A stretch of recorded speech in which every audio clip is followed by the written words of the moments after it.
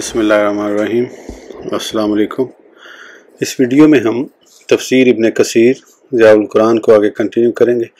اس سے پہلے اگر آپ نے سبسکرائب نہیں کیا تو سبسکرائب کر لیں اور بیل آئیکن پریس کر دیں۔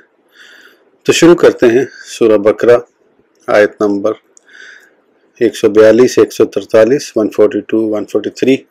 سَيَقُولُ السُّفَهَاءُ مِنَ النَّاسِ مَا وَلَّهُمْ عَنْ قِبْلَتِهِمُ الَّتِي كَانُوا عَلَيْهَا قُلِ اللَّهِ الْمَشْرِقُ وَالْمَغْرِبُ يَهْدِي مَن يَشَاءُ إِلَى صِرَاطٍ مُسْتَقِيمٍ وَكَذَلِكَ جَعَلْنَاكُمْ أُمَّةً وَسَطًا لِتَكُونُوا شُهَدَاءَ عَلَى النَّاسِ وَيَكُونَ الرَّسُولُ عَلَيْكُمْ شَهِيدًا وَمَا جَعَلْنَا الْقِبْلَةَ الَّتِي كُنْتَ عَلَيْهَا إِلَّا لِنَعْلَمَ مَن يَتَّبِعُ الرَّسُولَ مِمَّن يَنقَلِبُ عَلَى عَقِبَيْهِ وَإِنْ كَانَتْ لَكَبِيرَةً إِلَّا عَلَى الَّذِينَ هَدَى اللَّهُ وَمَا كَانَ اللَّهُ لِيُضِيعَ إِيمَانَكُمْ إِنَّ اللَّهَ بِالنَّاسِ لَرَءُوفٌ رَحِيمٌ۔ ترجمہ۔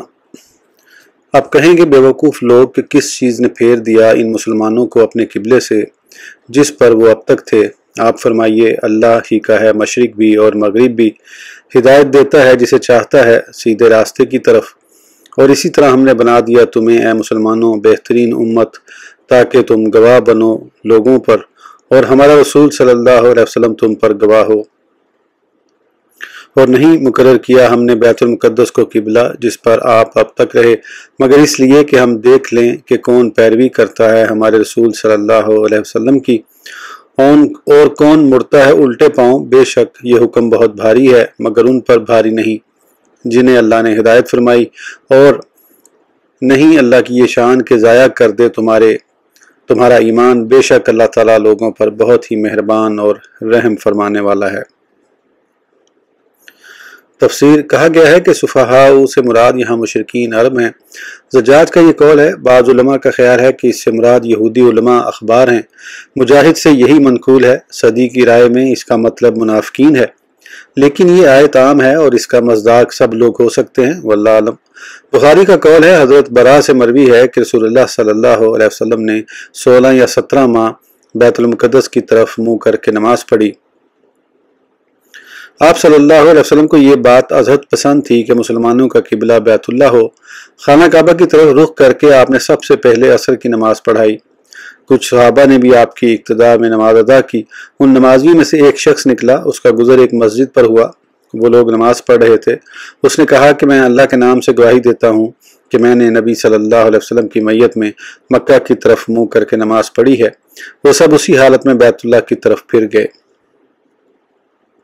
بیت اللہ شریف کی طرف تبدیلی سے قبل جن لوگوں نے بیت المقدس کی طرف رخ کر کے نمازیں ادا کی تھیں اور تحویل قبلہ سے قبل ان کا انتقال ہو گیا تھا، ان کے بارے میں ہمیں کچھ معلوم نہ تھا تو یہ آیت نازل ہوئی۔ بخاری نے اس کو منفرداً روایت کیا ہے، مسلم نے اسے ایک اور سند سے بھی روایت کیا ہے۔ محمد بن اسحاق کا قول ہے، حضرت برا نے ارشاد فرمایا، حضور صلی اللہ علیہ وسلم بیت المقدس کی طرف رخ کر کے نماز ادا فرمایا کرتے اور بکثرت آسمان کی طرف نگاہ اٹھائے ہوئے اللہ کے امر کا انتظار فرماتے۔ اور اس وقت اللہ نے یہ آیت نازل فرمائی، قد نرا تقلب وجہک فی السماء سے لے کر المسجد الحرام۔ یہ سن کر بعض مسلمان کہنے لگے، ہمیں ان مسلمانوں کا علم ہو جائے جو بیت اللہ کی طرف ہمارا رخ تبدیل ہونے سے قبل ہی وصال فرما گئے تھے۔ تو اللہ نے یہ آیت نازل فرمائی، ما کان اللہ لیضیع ایمانکم، سورہ بقرہ۔ یہ سن کر بعض بے وقوف لوگوں نے یہ کہنا شروع کر دیا کہ یہ لوگ تو اہل کتاب تھے، ان کے سابقہ قبلہ سے انہیں کس چیز نے پھیر دیا۔ تو اللہ نے یہ آیت نازل فرمائی، سَيَقُولُ السُّفَهَاءُ مِنَ النَّاسِ مَا وَلَّهُمْ عَنْ قِبْلَتِهِمْ، آخر آیت تک۔ ابن ابی حاتم نے اپنی سند سے حضرت برا سے روایت کیا ہے کہ رسول اللہ صلی اللہ علیہ وسلم تقریباً 16 یا 17 ماہ تک بیت المقدس کی طرف منہ کر کے نمازیں ادا کیا کرتے تھے، اور آپ صلی اللہ علیہ وسلم کعبہ کی طرف منہ کرنا پسند فرماتے تھے۔ تو یہ آیت اتری، قُلِ اللَّهِ الْمَشْرِقُ وَالْمَغْرِبُ يَهْدِي مَن يَشَاءُ إِلَى صِرَاطٍ مُسْتَقِيمٍ سے لے کر المسجد الحرام۔ تو آپ نے کعبہ کی طرف رخ فرما لیا۔ یہ سن کر بعض بے وقوف لوگ یعنی یہود کہنے لگے، ما وَلَّهُمْ عَنْ قِبْلَتِهِمُ الَّتِي كَانُوا عَلَيْهَا۔ تو اللہ نے یہ آیت نازل فرمائی، قُلِ اللَّهِ الْمَشْرِقُ وَالْمَغْرِبُ يَهْدِي مَن يَشَاءُ إِلَى صِرَاطٍ مُسْتَقِيمٍ۔ علی بن ابی طلحہ نے ابن عباس سے روایت کیا ہے کہ رسول اللہ صلی اللہ علیہ وسلم نے جب مدینہ کی طرف ہجرت فرمائی تو اللہ نے آپ کو بیت المقدس کی طرف منہ کرنے کا حکم دیا۔ یہ سن کر یہود خوش ہو گئے۔ چند ماہ تک رسول اللہ صلی اللہ علیہ وسلم اس کی طرف ہی منہ کر کے نمازیں پڑھتے رہے۔ آپ صلی اللہ علیہ وسلم کو قبلہ ابراہیمی پسند تھا۔ آپ ہر وقت اللہ سے دعا مانگا کرتے اور نگاہ مبارک آسمان کی طرف اٹھ جاتی تو اللہ نے یہ آیت نازل فرمائی، فَوَلُّوا وُجُوهَكُمْ شَطْرَهُ أَيْ نَحْوَهُ۔ اس کی سمت میں اس سے یہود کو شبہ ہوا اور کہنے لگے مَا وَلَّهُمْ، تو اللہ نے یہ آیت نازل فرمائی، قُلِ اللَّهِ الْمَشْرِقُ وَالْمَغْرِبُ يَهْدِي مَن يَشَاءُ إِلَى صِرَاطٍ مُسْتَقِيمٍ۔ اس باب میں وارد شدہ احادیث بے شمار ہیں جن کا ماحصل یہ ہے کہ رسول اللہ صلی اللہ علیہ وسلم کو بیت المقدس میں صحرا یعنی چٹان کی طرف منہ کرنے کا حکم دیا گیا تھا۔ مکہ میں آپ صلی اللہ علیہ وسلم 2 رکنوں میں نماز ادا فرماتے، اس طرح کعبہ آپ کے سامنے ہوتا اور صخرہ بیت المقدس کی سمت آپ کا روح اقدس ہوتا۔ جب مدینہ ہجرت فرمائی تو دونوں کو جمع کرنا ممکن نہ رہا۔ اس وقت اللہ نے آپ کو بیت المقدس کی طرف منہ کر کے نمازیں ادا کرنے کا حکم دیا۔ ابن عباس اور جمہور کا یہی قول ہے۔ اس کے بعد اختلاف ہے کہ اس کا حکم قرآن میں تھا یا کسی اور ذریعے سے۔ اس میں 2 اقوال ہیں۔ قرطبی وغیرہ نے اپنی تفسیر میں اکرمہ، ابو العالیہ اور حسن بصری سے نقل کیا ہے کہ آپ صلی اللہ علیہ وسلم کا بیت المقدس کی طرف رخ کرنا اپنے اجتہاد سے تھا۔ اس سے مقصود ہجرت مدینہ کے بعد بیت المقدس کی طرف رخ کرنا ہے۔ چند ماہ تک اسی پر عمل رہا۔ آپ صلی اللہ علیہ وسلم بکثرت دعا اور تضرع و زاری فرمایا کرتے تھے کہ کعبہ کو قبلہ بنایا جائے، جو کہ حضرت ابراہیم علیہ السلام کا قبلہ تھا۔ آپ صلی اللہ علیہ وسلم کی یہ دعا مستجاب ہوئی اور بیت عتیق کی طرف رخ کرنے کا حکم دے دیا گیا۔ چنانچہ رسول اللہ صلی اللہ علیہ وسلم نے لوگوں کو خطبہ دیا اور اس تبدیلی سے آگاہ فرمایا۔ بیت اللہ کی طرف منہ کر کے سب سے پہلی عصر کی نماز ادا کی گئی، جس طرح کے صحیحین میں حضرت برا کی روایت کا بیان اوپر گزر چکا ہے۔ نسائی نے ابو سعید بن معلہ کی روایت سے بیان کیا ہے کہ یہ ظہر کی نماز تھی۔ میں اور میرے ایک ساتھی نے سب سے پہلے کعبہ کی طرف نماز ادا کی۔ بہت سے مفسرین اور دیگر علماء نے ذکر فرمایا ہے کہ تحویل قبلے کا حکم دوران نماز نازل ہوا۔ سرکار دو عالم صلی اللہ علیہ وسلم اس وقت ظہر کی 2 رکعتیں ادا فرما چکے تھے۔ نماز کے دوران ہی آپ نے اپنا رخ اقدس قبلے کی طرف کر لیا۔ یہ مسجد بنی سلمہ تھی جو بعد میں مسجد قبلتین کہلائی۔ نویلہ بنت مسلم کی روایت میں ہے کہ انہیں بعد میں اس وقت خبر ملی جبکہ وہ ظہر کی نماز ادا کر رہے تھے تو مرد عورتوں کی جگہ اور عورتیں مردوں کی جگہ چلی گئیں۔ شیخ ابو عمر بن عبد البرنمری نے تمہید میں اسی طرح ذکر فرمایا ہے۔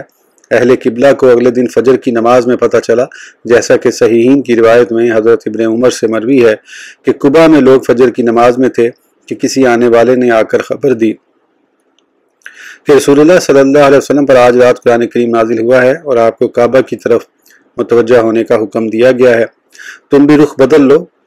ان کے چہرے شام کی طرف تھے، چنانچہ وہ اپنی سمت بدل کر کعبہ کی طرف ہو گئے۔ اس واقعے میں اس بات کی دلیل ہے کہ ناسخ پر عمل کرنا اس وقت لازم ہوتا ہے جب اس کا علم ہو جائے، اگرچہ وہ حکم پہلے ہی نازل ہو چکا ہو، کیونکہ ان لوگوں کو عصر، مغرب اور عشاء کے اعادے کا حکم نہیں دیا گیا۔ واللہ اعلم۔ تبدیلی کعبہ کے بعد بعض منافقین، متذبذب قسم کے لوگوں اور کافر یہودیوں کے دلوں میں شک پیدا ہوا اور وہ تذبذب میں مبتلا ہو گئے اور کہنے لگے ما ولہم عن قبلاتہم اللاتی کانوا علیہا، کہ ان لوگوں کو کیا ہے کبھی ایک طرف رخ کرتے ہیں اور کبھی دوسری سمت میں۔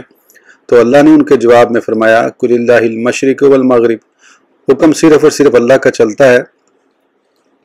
فرمایا فَأَيْنَمَا تُوَلُّوا فَثَمَّ وَجْهُ اللَّهِ سورہ بقرہ، سو جدھر بھی رخ کرو وہیں ذات خداوندی ہے۔ اور فرمایا لَيْسَ الْبِرَّ أَن تُوَلُّوا وُجُوهَكُمْ قِبْلَ الْمَشْرِقِ وَالْمَغْرِبِ وَلَكِنَّ الْبِرَّ مَنْ آمَنَ بِاللَّهِ سورہ بقرہ، نیکی بس یہی نہیں کہ نماز میں تم پھیر لو اپنا رخ مشرق کی طرف اور مغرب کی طرف، بلکہ نیکی کا کمال تو یہ ہے کہ کوئی شخص ایمان لائے اللہ پر، یعنی مقصود صرف اور صرف اس کے اوامر کو بجا لانا ہے۔ جس طرف حکم ہو اسی طرف منہ کرنا چاہیے۔ اگر ایک دن میں متعدد اطراف میں منہ کرنے کا حکم ہو تو ہم تو اس کے بندے اور غلام ہیں، ہمیں سرتابی کی مجال کہاں، ہم تو اس کے فرما بردار اور خدام ہیں، جس طرف حکم فرمائے گا منہ کر لیں گے۔ اس قادر مطلق کی اپنے بندے اور رسول محمد صلی اللہ علیہ وسلم اور آپ کی امت پر عظیم عنایت ہے کہ انہیں اپنے خلیل ابراہیم علیہ السلام کے قبلے کی طرف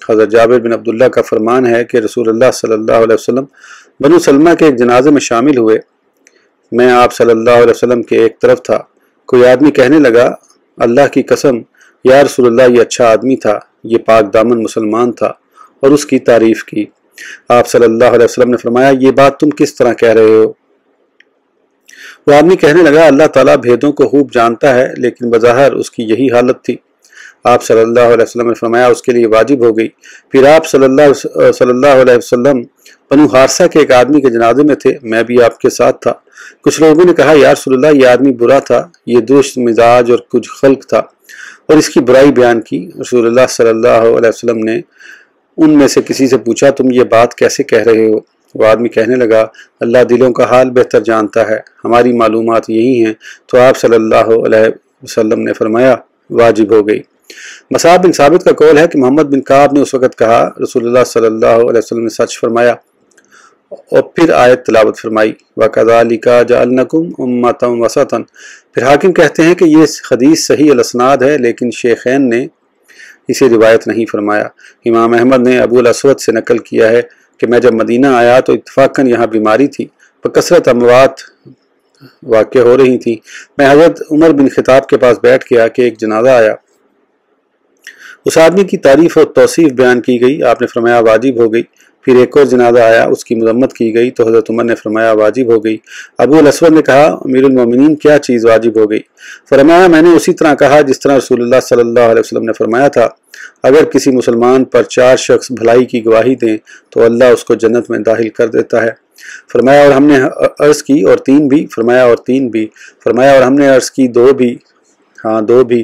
پھر ہم نے ایک کے بارے میں نہیں پوچھا۔ بخاری، ترمذی اور نسائی نے داؤد بن فرات سے اسی طرح نقل کیا ہے۔ ابن وردویہ نے روایت کیا ہے کہ میں نے رسول اللہ صلی اللہ علیہ وسلم کو فرماتے سنا، عنقریب تم اپنے اچھے اور برے کو لوگوں کو پہچان لوگے۔ عرض کی، یا رسول اللہ کس طرح؟ فرمایا، اچھی تعریف اور بری تعریف سے تم زمین میں اللہ کے گواہ ہو۔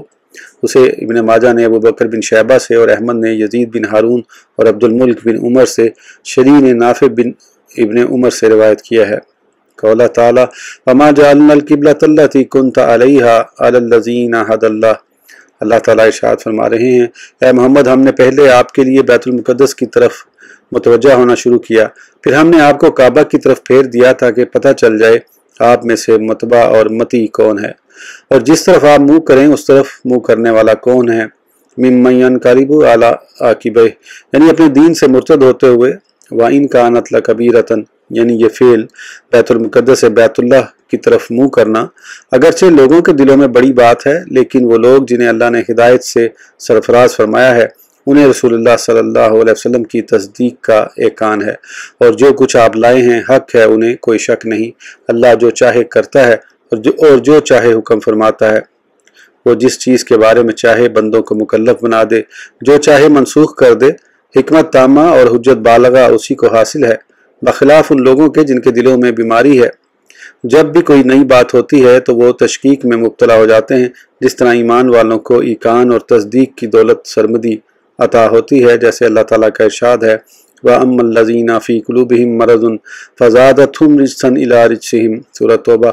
ترجمہ، اور جب کبھی نازل ہوتی ہے کوئی سورت تو بعض ان میں سے وہ ہیں جو شرارتاً کہتے ہیں کہ کس کا تم میں سے زیادہ کر دیا ہے اس سورت نے ایمان، تو وہ سن لیں ایمان والوں کے ایمان میں اس سورت نے اضافہ کر دیا ہے اور وہ خوشیاں منا رہے ہیں، اور جن کے دلوں میں نفاق کا روگ ہے تو بڑھا دی اس سورت نے ان میں پلیدی ان کی سابقہ پلیدی پر، اور وہ مر گئے اس حال میں کہ وہ کافر تھے۔ قُلْ هُوَ لِلَّذِينَ آمَنُوا سے لے کر علیہم آمن، سورہ حامیم سجدہ۔ ترجمہ، آپ فرمائیے یہ قرآن ایمان لانے والوں کے لیے تو ہدایت اور شفا ہے، اور جو ایمان نہیں لائے ان کے کانوں میں بہرا پن ہے، اور وہ ان پر ہر حال میں مشتبہ رہتا ہے۔ انہیں گویا بلایا جاتا ہے دور کی جگہ سے، اور فرمایا وَنُنَزِّلُ مِنَ الْقُرْآنِ مَا هُوَ شِفَاءٌ سے لے کر إِلَّا خَسَارَ، سورہ بنی اسرائیل۔ ترجمہ، اور ہم نازل کرتے ہیں قرآن میں وہ چیزیں جو باعث شفا ہیں اور سراپا رحمت ہیں اہل ایمان کے لیے، اور قرآن نہیں بڑھاتا ظالموں کے لیے مگر خسارہ کو۔ اسی لیے جو لوگ تصدیق رسالت مآب صلی اللہ علیہ وسلم اور آپ کی اتباع پر قائم رہے اور بغیر شک و شبہ کے اللہ کے حکم پر عمل درآمد کرتے ہوئے اس طرف منہ کیا جدھر اللہ کا حکم تھا،